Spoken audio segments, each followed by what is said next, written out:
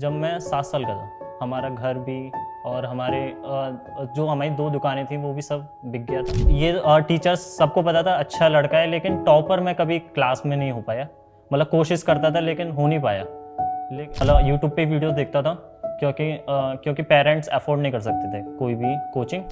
मेरी मम्मी के पास last 4500 rupees थे जब मैंने वो बैच लिया आपका लक्ष्य 12th में। लेकिन मैं रोता था, मतलब काफ़ी कि मैं कैसे पढूं, क्योंकि सब चीज़ तो एकदम कंप्लीट नहीं हो सकती यूट्यूब से। मतलब अगर ये नहीं कोचिंग नहीं होती, मतलब नहीं होता तो मैं 100% नहीं पढ़ पाता।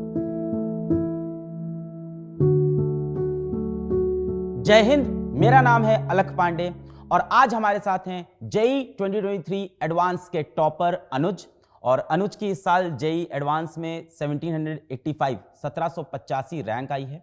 अनुज की कहानी काफी इंस्पायरिंग और अनुज की कहानी काफी मोटिवेटिंग है, सिर्फ जेई के एस्पिरेंट के लिए नहीं, किसी भी कॉम्पिटिटिव एग्जाम की तैयारी करने वाले एस्पिरेंट के लिए। तो अनुज की कहानी हम लोग सुनेंगे। अनुज आते हैं फिजिक्स वाला के लक्ष्य बैच से और उसी बैच के जरिए अनुज से मेरी जान पहचान हुई है। तो अनुज से डिटेल में चर्चा करते हैं। सबसे पहले बहुत बहुत बधाई हो। Thank you sir. Many congratulations. Thank you sir. अभी कैसा लग रहा है? सब बहुत ही ऑसम लग रहा है, बहुत बढ़िया लग रहा है आपसे मिलके। मेरे से मिलके कि सेलेक्ट होके? सेलेक्ट होके और उससे ज़्यादा तो आपसे मिलके। झूठे नहीं सर, सच है ये। अनुज, कहानी एकदम शुरू से लेके चलेंगे, ठीक Yes, है? और धीमे धीमे कहानी आपकी पूरी सुनेंगे। सबसे पहले चलते हैं कि आपका जन्म कहाँ पे हुआ, परिवार में कौन कौन है, इसके बारे में बात करते हैं। सर मेरा जन्म यूपी में खुर्जा शहर है, वहाँ पे हुआ। मेरे पापा बिजनेस करते थे, उसमें उनको काफ़ी लॉस हो गया, तो जिसकी वजह से हमारा घर भी और जो हमारी 2 दुकानें थी वो भी सब बिक गया था। तो तब से हम रेंट पर ही रह रहे हैं। कब, तो आप कितने साल के थे? जब मैं 7 साल का था। मेरे फादर बुलंदशहर पहले काम करते थे, जॉब करते थे, फिर अब नोएडा जॉब करते हैं। पीछे ही चलते हैं वापस। तो Yes, sir. आप स्कूलिंग कहाँ पे करते थे? सर स्कूलिंग वहाँ पे एक प्राइवेट स्कूल था, महाराजा अग्रसेन, उसमें पढ़ता था। अग्रसेन स्कूल। हाँ, अग्रसेन। तो आप जब मेरे ख्याल से क्लास फर्स्ट या सेकंड में थे, यस। तब ऐसी कुछ दिक्कतें हुई, तो उस टाइम हाँ। तो आपको कुछ समझ में भी नहीं आ रहा होगा? नहीं सर, लेकिन मतलब लग रहा था कि अब, लेकिन इतना दुख नहीं हो रहा था कि हमारा घर भी छूट रहा है। लेकिन उसके बाद अब पता चलता है कि वो कितना इम्पोर्टेंट था वो चीज़ें। फिर जब स्कूल में पढ़ते थे हम, तो ऐसे ही चलता था।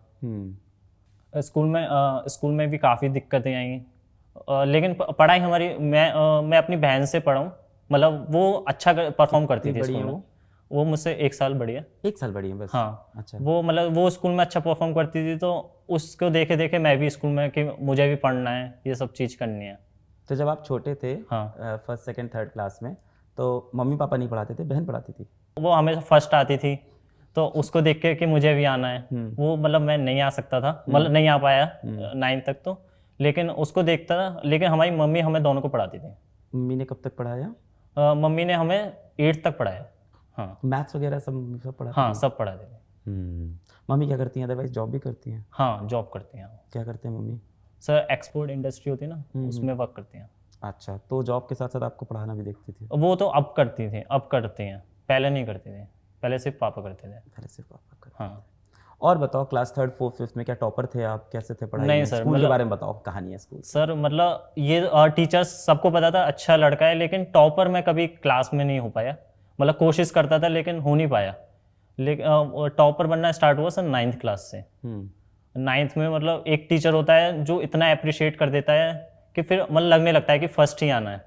तो पहले क्लास में फर्स्ट आया 9th में। तो मैं एक इंसिडेंट बताता हूँ। ऐसा होता, मतलब 9th में आया था, तो स्टार्टिंग में ही मैम ने एक ओरल टेस्ट लिया था। अब उस दिन सिर्फ मैं ही पढ़ के गया था, पूरी क्लास कोई नहीं पढ़ के गई थी। तो फर्स्ट टाइम सबसे ज़्यादा अप्रिशिएट मुझे जब मिला, जब मैंने सब चीज़ सुना दी मैम को, तो उन्होंने इतना अप्रिशिएट करा, तो मुझे भी लगा कि मैं फ़र्स्ट आ सकता हूँ। तो जब से फिर मैं 9th में पहले मैं क्लास में टॉप आने लगा, क्योंकि 9th में मैंने देखा है मोस्टली सब ढीले पढ़ने लग जाते हैं। तो 9th में जब मैम ने अप्रिशिएट करा, तो मैं अप्रिशिएशन फिर दूसरी मैम ने करा, तो इस तरीके से तो 9th में फर्स्ट आने लगा। फिर जो सेक्शंस होते हैं उनमें नाम आने लगा। तो ऐसे ऐसे जब 9th से मैं टॉप आने लगा, उससे पहले नहीं था। उससे पहले क्या करते थे? उससे मतलब अच्छा पढ़ता था, लेकिन टॉपर कभी नहीं बन पाया कि टॉपर है, ये नहीं था कभी ना। दोस्ती यारी बहुत थी? हाँ सर, मतलब ऐसा नहीं है बिल्कुल, मैं इंट्रोवर्ट लड़का नहीं हूँ।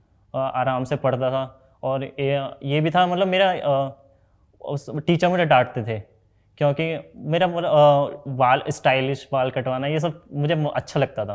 अभी तो नॉर्मल लग रहा है मुझको। तो ये जब कटवाता था वो सब जर्नी में सब अपने आप ही छूट जाता है सर। स्टाइलिश मतलब थोड़ा सा जब स्टार्टिंग हुए थे कि यहाँ से साइड से बाल कटवाओ तो टीचर डांटते थे। और कैसे बाल बताओ क्या होता है? मतलब यहाँ से कम, थोड़े यहाँ से ज़्यादा।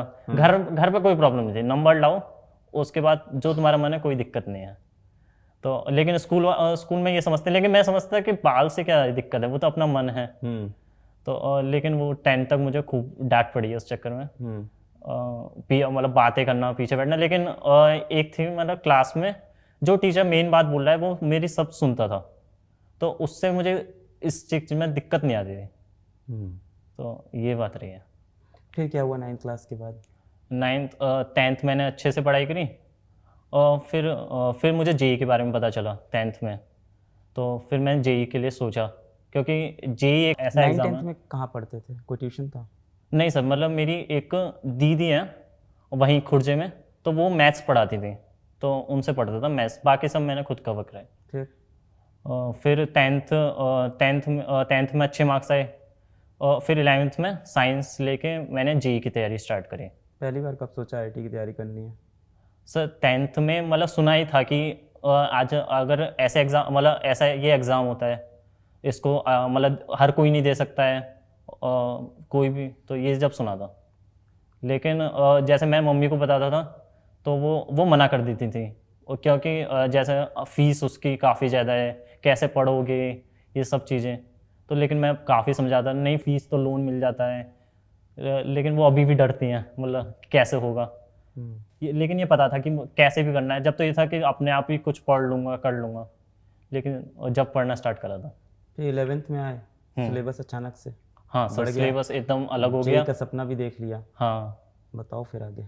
फिर मैंने कुछ वीडियोस देखी, मतलब यूट्यूब पे वीडियोस देखता था, क्योंकि पेरेंट्स अफोर्ड नहीं कर सकते थे कोई भी कोचिंग।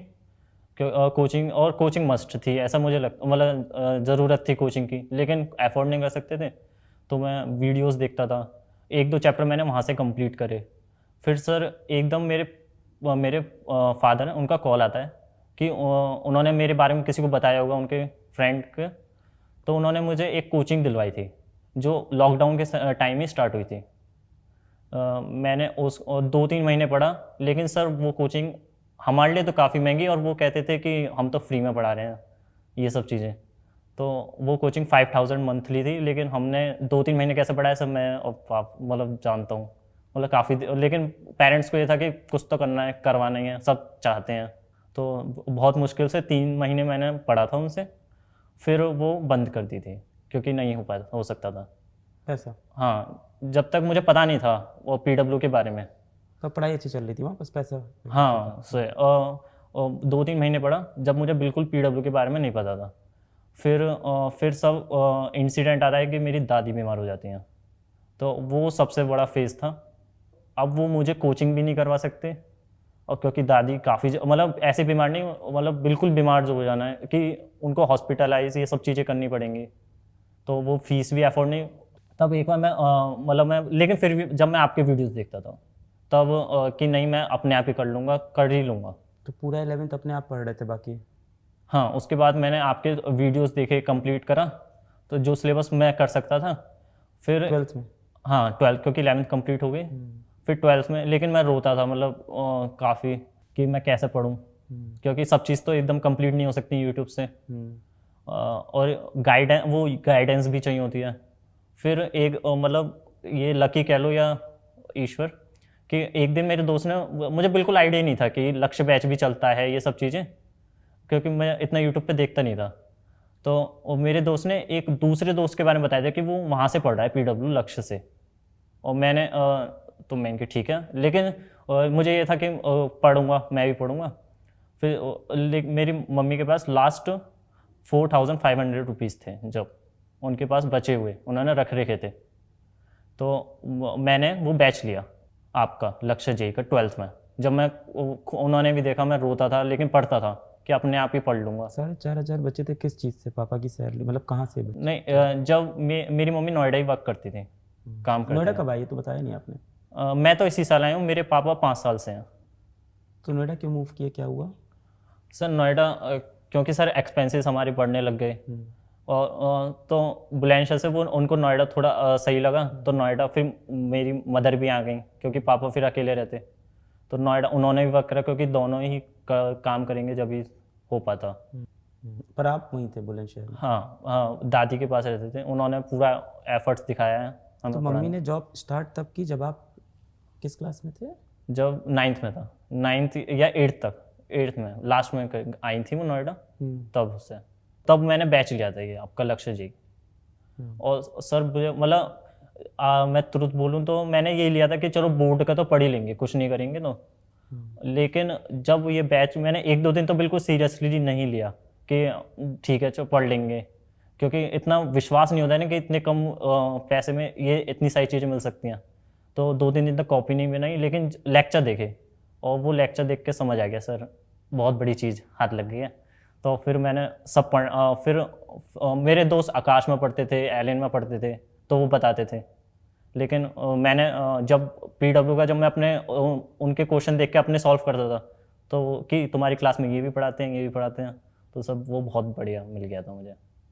मतलब अगर ये नहीं कोचिंग नहीं होती, मतलब नहीं होता तो मैं 100% नहीं पढ़ पाता, कोई भी कोचिंग अफोर्ड ही नहीं कर सकता था। 11th की पढ़ाई कैसे कर रहे थे? 11th के आप इस साल और भी बहुत एक बढ़िया चीज़ हुई कि आपने अर्जुना बैच दिया था, तो वहाँ से पढ़ रहे थे? वहाँ से पढ़ा था, वो सबसे बेस्ट। वो क्योंकि मैंने खूब टेलीग्राम पे भी देखा कि कहीं से अर्जुना मिल जाए, लेकिन वो नहीं मिल रहा था सर, बहुत सर्च करा, और लेकिन एक बढ़िया चीज़ होगी अर्जुना बैच मिल गया लक्ष्य के साथ। हाँ, लक्ष्य इस साल के भी साथ। दिया हम लोग ने, इस हाँ, साल भी किया ये चीज़। वो उससे बहुत बेनिफिट हुआ। तो मैं एक साल सारे नोट्स बनाता था प्रॉपर, उसको पढ़ता था कि सिलेबस मुझे पहले कंप्लीट करना है, अच्छा तो हम कर लेंगे। तो एक हफ्ते 11th का पढ़ा, नेक्स्ट 12th का टेस्ट का जो टेस्ट होता था, तो ऐसे ही करते ये पढ़ता था मैं ऐसे।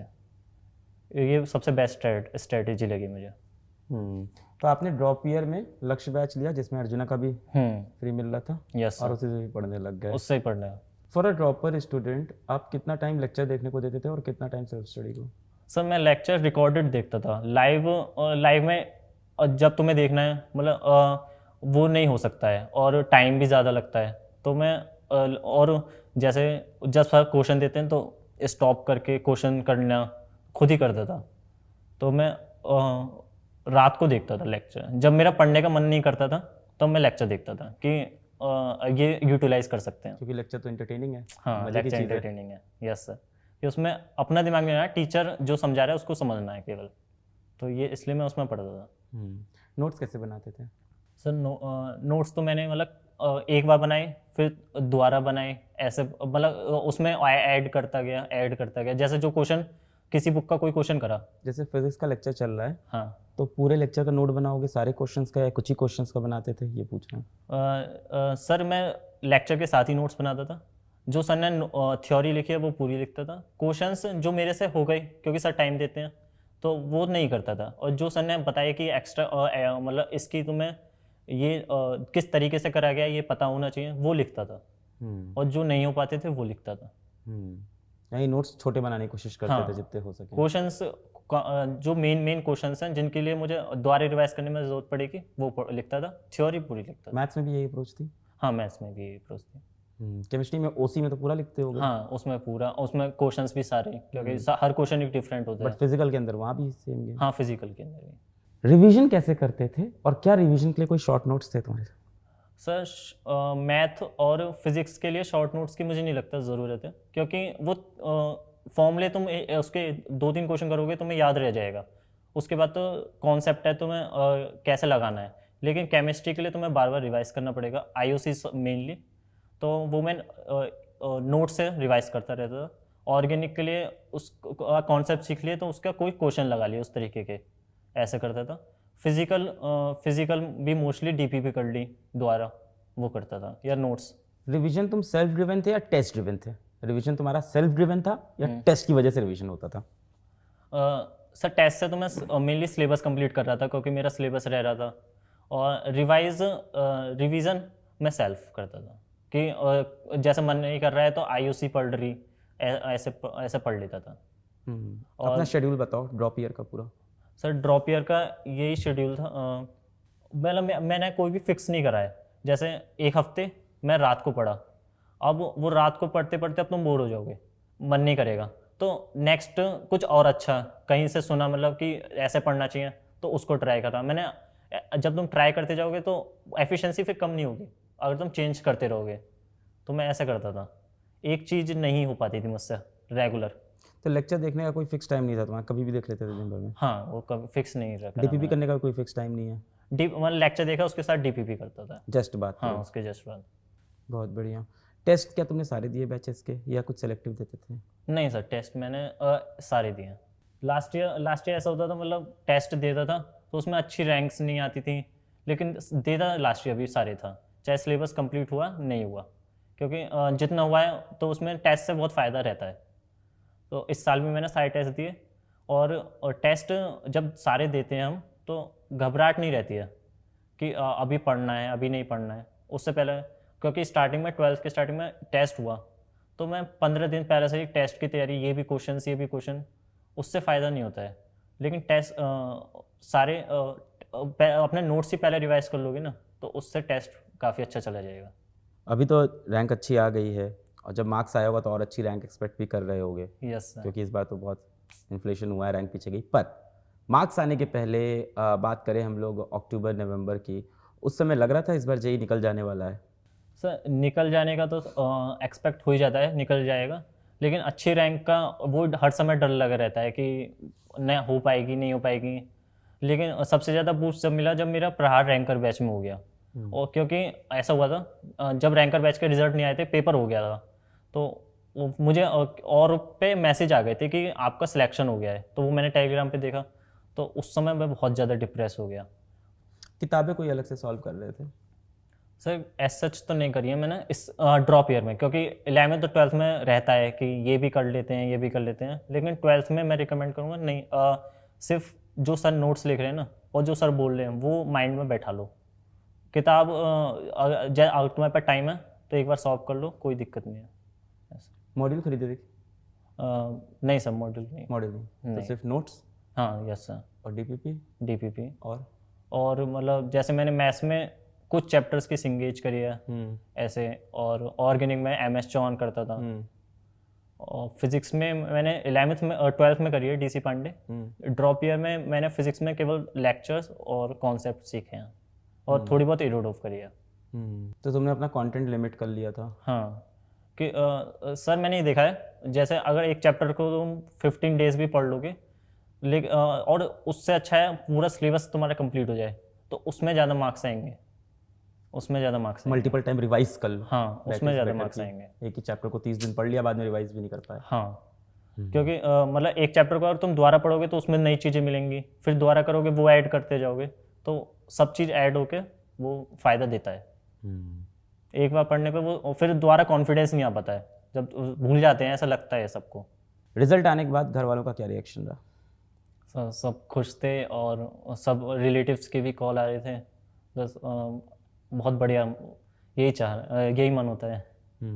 और पेरेंट्स भी खुश थे, बहुत बढ़िया रहा। अब क्या प्लान है आगे? सर आगे अभी तो 4 साल BTech करनी है, उसके बाद मतलब जॉब करके पहले तो मतलब अपना रूम और वो अपना हाउस ही लेना है, सबसे ज़रूरी नहीं। उसके बाद सर कुछ मतलब अमाउंट जोड़ के स्टार्टअप करने का मतलब मन है, आगे देखते हैं। वेरी गुड, बहुत बहुत बधाई हो Anuj, and we are really proud of you. Thank you. And हमें गर्व है तुम्हारे जैसे बच्चों पे। तो ये थी अनुज की कहानी। वीडियो पूरा देखने के लिए धन्यवाद, फिर मिलेंगे। जय हिंद।